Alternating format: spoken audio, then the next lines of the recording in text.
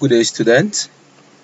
Welcome to Starry Academy, and welcome to the one of the best ICAN lecture center that is actually determined to give you the best. Let's dive into what we have for us quickly. We have value-added statements. For some of us, this is our first time of hearing it. For some of us, we have actually heard it before. But whichever case it may be, I would actually not want you to fret here, as all of us will be going into this together, looking at the nitty-gritty of it, and as such, understanding things we need to prepare our value-added statement. Now, when we talk about value-added statement, just the way we can see it displayed on the template here, we are actually talking about a financial statement. Yeah, value-added statement is a financial statement. Even though some of us have not seen it before, ICAN has not tested this, is not part of the financial statement, which we have been obliged to actually prepare. I know about cash flow statement. I know about the income statement. I know about the statement of financial position. I know about the note to the account. I know about the statement of changes in equity and all. But trust me, yeah, you may not have seen it, but trust me, value added statement is a financial statement. But don't worry, as we go on, you will understand how it actually evolved, how it came about, and how entities now actually derive joy in actually preparing value added statement. So now let's quickly look at it briefly. When we talk about value added statement, let me get my pen because I'll be jotting some things down here so we can go together. So when we talk about value added statements, value added statement. Now we are actually talking about a financial statement that actually shows how much wealth a reporting entity has been able to generate, but for both its shareholders within an accounting period, through the utilization of its capital, also for its employees. I said something now, generation of profits or generation of wealth for its shareholders with an accounting period or within an accounting period, through the utilization of its capital. Then another way is actually showing how it has been able to create wealth for the shareholders, for the employees, and other resources. And the value added technique is actually considered to be an effective tool for measuring the performance of a company. Value added statement actually displays an additional financial information which can actually supplement the need of various stakeholders. Just the way we have it here. Look at, as per the concept of enterprise theory, profit is calculated for various stakeholders by an organization, and value added is the profit generated by the collective efforts of management, employees, capital, and the utilization of its capacity that is distributed among its various stakeholders. Yeah, this may sound kind of clumsy, but don't worry, as we move on, we are going to talk more about it and we would understand it better. Now, when we talk, let's quickly examine how value added statement came into play. Why we started talking about value added statement. I named the pit. Other financial statements, we are not looking at it from the angle of stakeholders. We just classify it directly, like we prepare a financial statement directly, and we don't have to group it. This is the value that has been created for this particular stakeholder group. This is the value that has been created for this stakeholder group. We prepare it generally. But when we talk about value added statement, we're just looking at wealth that we have actually generated for each of the stakeholders group. Do you get? Now, it's good to know that VAS, I usually refer it as VAS, that's value added statement. It's actually good to note that the concept of value added statement actually originated from the US. It's originated from the US, and value added statement, funnily, has actually come to be seen with greater efficiency, like I said previously, and has also been seen with greater frequency in Europe and more particularly in Britain, and it has actually published the corporate reporting containing the suggested British companies to actually present. There's a particular board or a particular committee. We know them as the Accounting Standard Sterling Committee. I call them the ASS. We are just looking at a brief history of VAS. So I call them the ASSC. ASSC. They are the Accounting Standards Steering Committee. They are the one that actually publish the corporate reporting that actually contains the suggestion for British companies to present VAS, as value added statement, alongside their traditional profit and loss. It's also in India, in Britannia. You discover that some industries actually prepare this VAS as a supplementary financial statement in their annual report. Now, when we talk about value added statements, it has actually now been considered as a broad measure of actually judging the corporate performance than the normal conventional measures that we actually use, that is based on the traditional accounting system of an enterprise. Now, when we talk about VAS, it is actually regarded as an important part of the corporate social responsibility. I know we have heard of this corporate social responsibility. I'm just trying to squeeze things in quickly just for us to understand how it's evolved and how we came about using value added statements. Now, when we talk about value added statement, I said a value added statement is regarded as an important part of corporate social responsibility, which actually provide additional information to satisfy all stakeholders of the enterprise. And we know when we talk about the CSR, we're actually saying that the company is a corporate citizen and must obey, it has actually derived its resources from the society, and as such, it must be a responsible citizen to the society as such. Now, don't let us dive much into corporate social responsibility. I believe we all understand that, and there's no need to actually talk more about it. Now, when we talk about value added statement, should we ask ourselves now, is it mandatory to prepare value added statement? Now, you should be asking that. Now, value added statement is nothing but a financial statement which actually displays how much value has been created by an enterprise, like I've been saying previously. And during a particular period, an application of that created value to the following 5 stakeholders including the shareholders. Number 1, we are just trying to show the application of those value that we have created to 5 stakeholder groups, including the shareholders. We call them the employee. We are still going to look at this properly. Employee. We call them employee. We have the employee, the directors. We'll look at how we can create value to each of them. We have the government.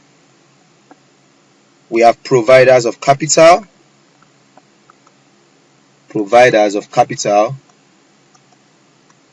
Then we have to provide maintenance for expansion, maintenance and expansion of the company. Probably we just have to write that out as my template here. I can't take it again. So I call them the provider for to provide. That's the wealth created to actually provide for maintenance and expansion of the company. So quickly, let's dive into more of it. Let's look at we know currently now I've actually listed 5 plus the shareholders, making it 6. So I don't want us to get it complicated. Let's move on. Let's consider. No, I was saying something the other time. We would look at the profit and loss account.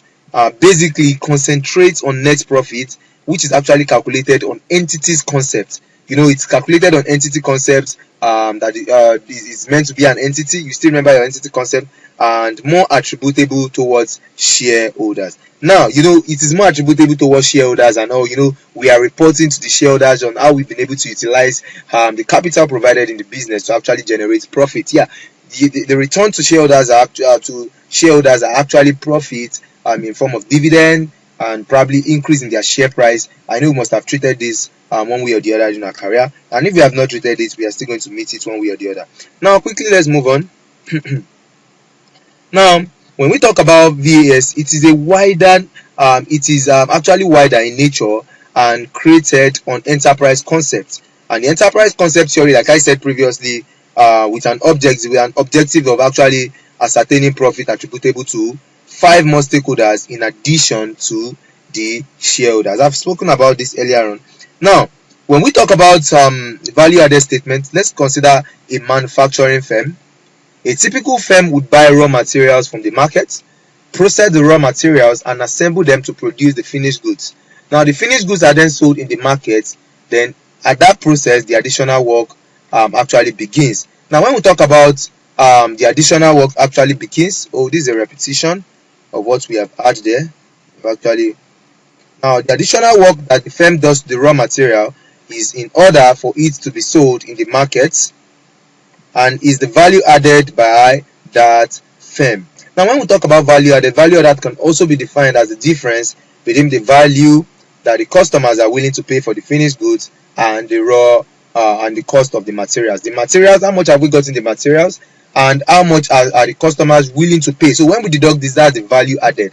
Now let's consider example of value added statements and look at the format in which we can use to explain why. Now, before we even dive into that, when we talk about value added may be actually classified. What is even value added? Value added is simply defined as the positive difference. Like I said earlier, I said something the other time, that the positive difference, the difference between the value of goods produced or services produced,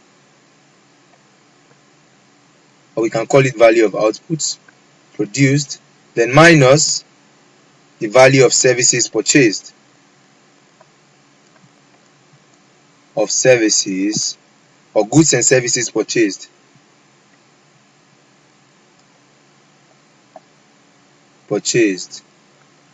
Are we together?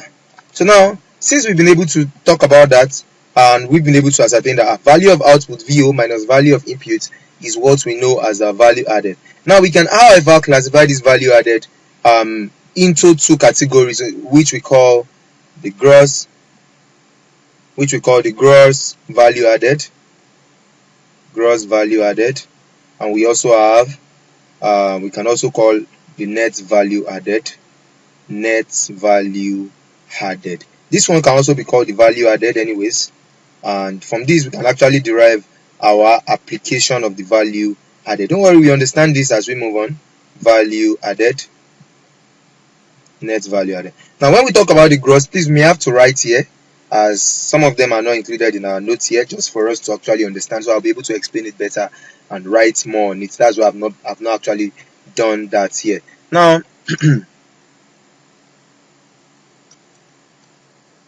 so let's move on quickly. Now, when we talk about gross value added, I'm picking this gross value added. Gross value added refers to the sales plus the income from other services less the bought-in materials and services purchased from the outside suppliers. Don't worry, I'm just actually trying to explain this. The format is right here with us and we are going to deal with it very well. So there's nothing to fret about. We are just looking at it as the sales, there's the cost of bought-in goods and services, then we add some other incomes that we have actually derived. We add incomes, probably is omitted here. So we add incomes, other income, plus other incomes, that we have actually derived after we have deducted our cost of bought-in goods and services. Now when we talk about net value added here, we are just trying to look at it refers to the difference between the gross value added and depreciation. Whatever we get here, then we deduct depreciation. After we have gotten the gross value added here, this is gross value added, then we deduct depreciation, then we arrive at our net value added. Are we together? And please let's note that NVA is the sum of the value added to employees, to providers of loan capital, to governments, and to owners. Whatever we get as NVA will be what we are going to apply, will be our application of value added, which will be shared among the employee, the providers of capital, then to the government in form of taxes, then the value retained for expansion of the business. Now don't worry, we are going to dive into it quickly. Now let's look at how we can prepare the gross and net value added statement. How can we prepare the gross and net value added? Actually, we can actually prepare the gross and net value added statement either using the vertical form like the report format or the horizontal form like an account. However, many companies actually prepare the gross value added or the net value added in vertical form rather than the horizontal form. So please let's note this. Now let's consider, I have a format here that we can use. This also is actually there, but it's not well detailed for us to actually look at it. Let's look at it before we analyze. Okay, let's consider this. We have the sales revenue less the cost of bought in goods and services, which is 1,000. This is an example here for us. We have 1,000. Cost of bought in goods and services 200. Then let's assume we have other incomes. This format has not included other income anyways, and as such, let's assume we have other incomes of 100. Then this is going to be 900. Value added is 900. Then I'm just picking figures arbitrarily. Then we have depreciation. When we deduct depreciation from the gross value added, we are going to arrive as our net value added. So more like we saying the difference between our gross value added and our net value added is just the depreciation that has been deducted, and the net value added is what we use as our application of value added. Then we share it among, look at the wealth that has been created with respect to employee, with respect to the providers of capital, to respect to the government, then the one that we are actually retaining for expansion of the business or maintenance of the business. Now let's move on quickly. We discover from the above illustration the difference between sales and cost of bought-in services gives the value added by the organization. The second part of the statement gives the distribution of the value added by the, where I think they have actually considered just the gross value added and they have not considered the net value added. But don't worry, whichever way it pans out, we are going to consider it. Let me create another space for us to write.